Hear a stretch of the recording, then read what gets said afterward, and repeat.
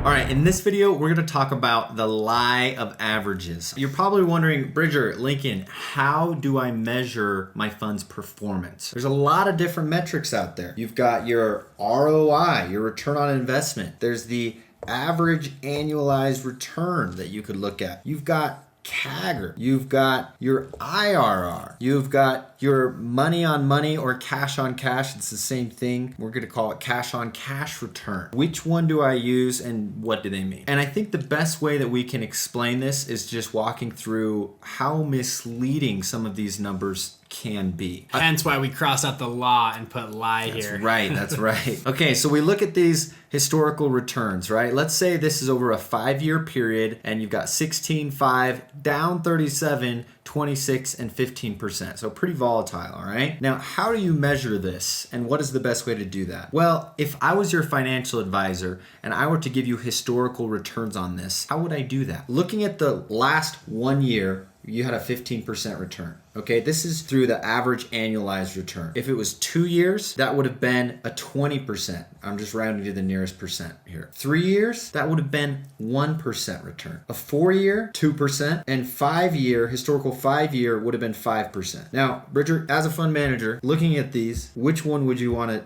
tell to your investor? Well, these two together, right? Yeah, the 1, 2, maybe the 1, 2, maybe the 5, and probably a 10 because your 10 is probably going to be higher as well. Mm-hmm. And that's what your financial advisors do to you, right? There's so many periods, quarter to date, year to date, historical 12 months, you know? Trailing 12. And then 3 years ago in this time period, we were doing the same thing. Last cycle, we were doing well in this time. And we see the same thing for this cycle. Yeah. That's why it is the lie of averages because it's very easy to lie and construe these numbers. So, okay, ARR is out, all right? You don't use the average annualized return when you're reporting numbers to investors. CAGR, this is the compound annual growth rate. Like if I were to put in $100 today, I would come out if plus 16, plus 5% from that, down 37, plus 26, plus 15, I'd end rounding to the nearest dollar at $111, okay? So looking at that, your compound annual growth rate measures the total growth dispersed across the time period. So your CAGR would come out to be like 2.2%. Because you're taking 11 pretty much divided by 5. Yep. Putting it across there, Yep. So you'd be looking at a 2.2% return. Mm-hmm. Now, CAGR isn't really used for funds. It's more of a forward-looking metric to understand what you could assume the growth rate to be if you're predicting out. Like if you've watched the DCF model, then CAGR is a good metric if you're trying to predict future returns. Now, the return on investment is just simply looking at current minus cost divided by cost, which would be 11%. So you had an 11% return, but that was over 5 years. Mm-hmm. So that doesn't really account for time value of money, okay? Because investors want to know how long their capital has actually been put to work. An 11% return in a month versus 11% return in 5 years is way different. Right. And an ROI does not reflect that difference. So look at this. You've got 11%, 5%, 2.2%, depending on how you measure the returns over this period. Oh, and by the way, this is 06, in case you didn't recognize, and this is 2010 for the S&P 500. These are the returns. This was 08 when we had the market crash. So these are actual returns. Okay, let's move forward. The IRR, the internal rate of return. Now, the internal rate of return is a very complex formula, and it's easiest to do in Excel because you have to take into account the net present value of each of these cash flows, right? Because if you were to type in 100 and then 111, your IRR would be 11%. But if you're doing an Excel formula, you're going to put 0 in for all of these periods because unless you're getting a dividend payment, this is assuming you reinvest dividends. Mm-hmm. In real estate, you're getting like 1, 2, 5, whatever those dividends are. IRR is a really good metric for understanding time value of money. In this scenario, it's going to come out to about the same as your CAGR. These two measurements won't always be the same. In this scenario, they are. But IRR is a good measurement of performance. However, your IRR does not tell you how much money you actually made. Did I make 2.2%? No, I didn't. I made 11%.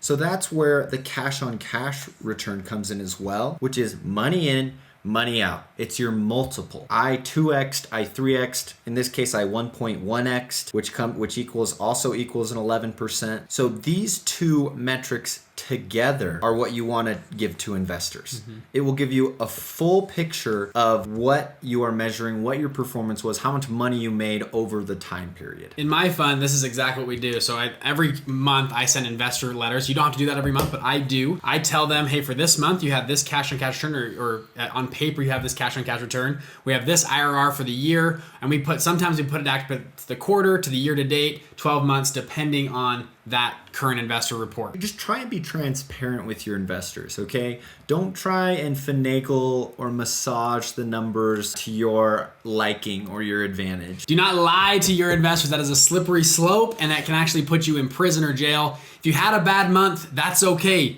Let investors know. Tell them, hey, we had a bad month or a bad quarter or a bad year. In some scenarios, a bad fund, right? Like some funds will have an amazing return on fund 1 and 2, and then on fund 3, it's just garbage. But their investors like, it's okay. Like, we understand. We are still with you. Like, I know of a venture fund that way. Like year 1, 2, they had amazing returns. Year 3, they tanked. And then 4, they like 100x'd, right? And so it's just important to say why, disclose and say, hey, look, we had a bad year. We had a bad quarter for X, Y, and Z reasons. These are the reasons why it won't happen again. Thanks for being with us. Please stay with us. Like type of deal. So one thing I'd like to add on to IRR here is this number in itself can actually be manipulated as well. So you have IRRs, you have a gross IRR, and then you'll have a net IRR. And there's actually a few different IRRs in between, but I'll just use those to an example. In, for example, a real estate fund, you'll say, hey, our gross IRR, our top line, was 25%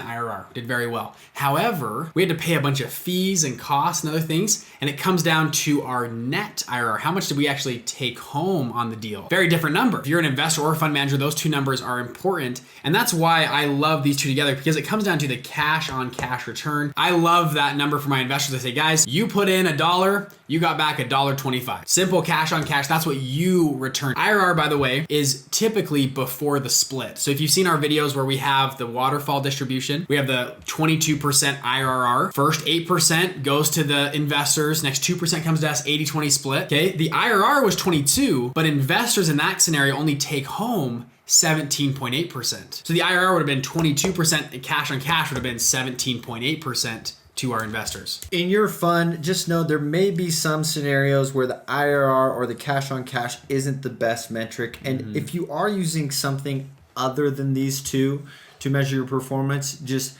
be very specific on your pitch and on your LPM and your LPA that this is why we're measuring performance this way compared to this way. It's the same way for a comps analysis, right? Why are you doing EBIT to enterprise value instead of EBITDA to enterprise value? You need to have rationale behind everything. And if you're kind of just being shady, investors are going to pick up on that. Like most investors are very sophisticated individuals, and they're going to know when you're kind of, again, massaging the data.